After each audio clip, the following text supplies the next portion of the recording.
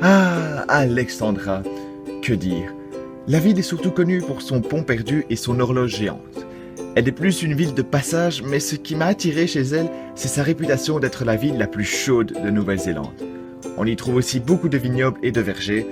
Bref, parfait pour quelqu'un qui cherche des petits boulots. Voilà 5 mois que je me suis lancé dans l'aventure web Job and Travel.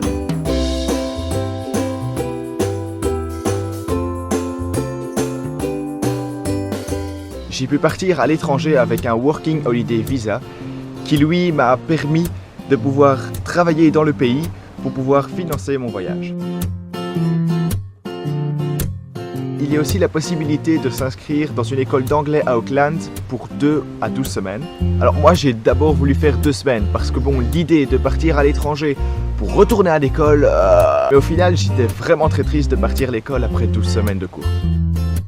Alors en arrivant, ils vont te faire passer un petit test pour qu'ils sachent ton niveau. Ensuite, ils vont t'emmener faire la visite de l'école. Déjà, ils ont le Wi-Fi gratuit dans toute l'école. C'est la chose la plus importante de nos jours, hein. Ils ont des ordinateurs, des télévisions, des projecteurs dans toutes les classes. Ils ont même leur propre cafétéria, leur propre lounge et ils ont même une agence de voyage. Pour faire court, le matin, c'était plus des cours de grammaire et de vocabulaire, alors que l'après-midi était beaucoup plus détente avec des conversations et des petits jeux. Bon, outre le fait que tu améliores ton anglais, hein, on va pas se le cacher, tu vas rencontrer plein de personnes, comme je l'ai dit, de partout. Moi maintenant, j'ai des potes de Suisse, d'Allemagne, de France, d'Angleterre, de Chine, de Corée, du Japon. Et ce qui est bien, c'est que toutes ces personnes qui ont aussi leur expérience vont pouvoir te donner plein de tuyaux pour le travail et voyager. D'ailleurs, l'école organise une séance tous les mois pour pouvoir t'aider à trouver du travail.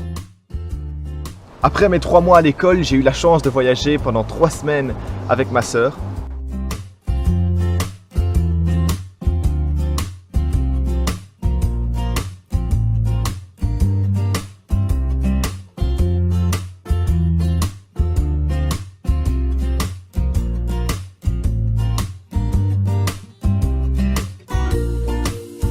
Après, j'ai fait du woofing. Alors, le woofing, c'est un peu une alternative au travail.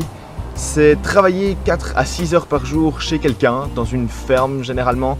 Mais en échange, tu ne vas pas recevoir de l'argent, mais le logement et les repas. Personnellement, c'est le meilleur moyen que j'ai trouvé pour voyager et rencontrer les locaux.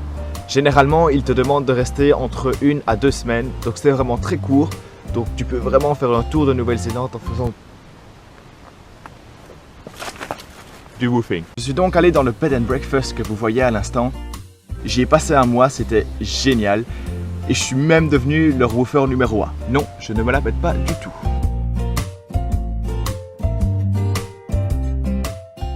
Et alors me voilà maintenant à Alexandra. C'est une petite ville dans l'Otago du Centre, comme vous l'avez vu. Je suis avec un pote allemand. On reste dans un backpacker. Alors un backpacker, c'est une sorte d'auberge de jeunesse. Ça te permet de pouvoir rester pour 20 $ la nuit, ce qui est vraiment pas cher. Alors on fait des petits boulots par-ci par-là. On a déjà fait de la pose de filet dans les vignobles. C'était super cool, mais très fatigant. On a aussi fait de la cueille de nectarines, qui s'est plus terminé en bataille de nectarines, hein. Mon plus gros conseil, ça serait vraiment faites-le. J'ai plein d'amis qui, en voyant mes vidéos, m'envoient des messages en me disant « Putain, je regrette de ne pas être parti ». Avant de partir, je me suis vraiment dit que c'était peut-être la seule chance de ma vie de le faire. Donc j'ai pas réfléchi 2 fois. Alors je voudrais aussi remercier Web qui était toujours là pour répondre à mes questions. Donc si vous aussi vous avez des questions, vraiment n'hésitez pas parce qu'ils sont toujours là pour répondre à vos questions. Vous pouvez aussi aller les voir à leur séance d'information un peu partout dans la Belgique et aussi téléphone, mail, hein, tout ça. Celui-là.